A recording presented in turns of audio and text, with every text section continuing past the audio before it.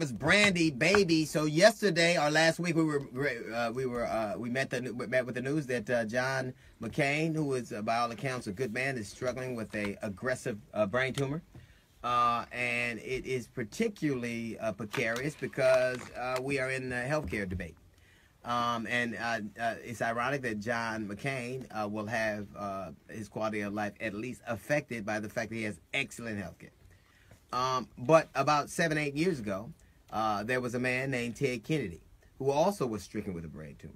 And Ted Kennedy's fight was to make sure Americans could have health care. So people could say whatever they want about the Kennedys. I remember Ted Kennedy had the thing where, unfortunately a woman, so he's done some things that were certainly not noteworthy or very things to be proud of. Whereas John McCain had done a lot of things to be proud of. John McCain was a war veteran. John McCain was a prisoner of war. He comported himself decently and humanely on any number of occasions. He once defended Barack Obama when he was running against him, and somebody tried to say that he was Muslim, and he said, no ma'am, that's not true, no ma'am. So he's been, by all accounts, a decent man.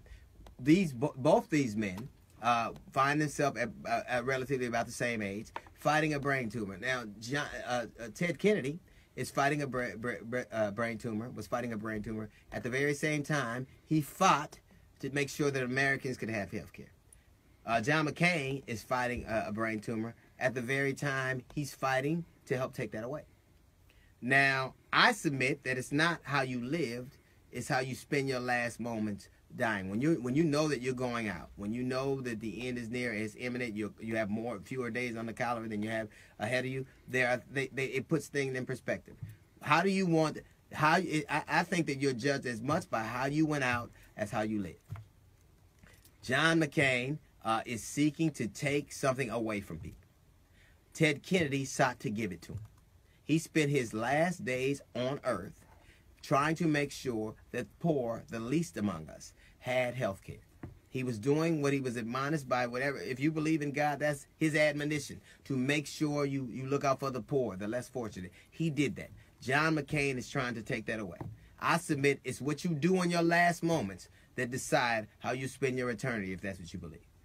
Jesus, when he was on heaven, there was a man next to him who was being crucified with him. He asked him, he said, Jesus, remember me. And even though I'm a sinner, but remember, Jesus said, I tell you this day, you will be in heaven with me. You'll see paradise with me. And he said that because at that moment, it was forget what he'd done his whole life. It's what he was doing in his last few minutes. His last few moments on earth, what he was doing. And it was love, and it was appreciation, and it was something great. That is what Ted Kennedy did. Ted Kennedy will meet his maker, and he'll say, yeah, I know I let this chick fell off the bridge, and I didn't report, and I did a lot of things, and I drank. But in the end, I did what you admonished me to do. I fought for the poor. John McCain can say, I was a war hero, I was upright, I was a decent man, I fought for the dignity of America, because as far as I know, American passport is an automatic admission into heaven. God doesn't care if you fought for a country. He doesn't care if you fought for a principality. He cares if you did what he asked you to do, which is to take care of his people. Ted Kennedy gets to say, I fought for the poor.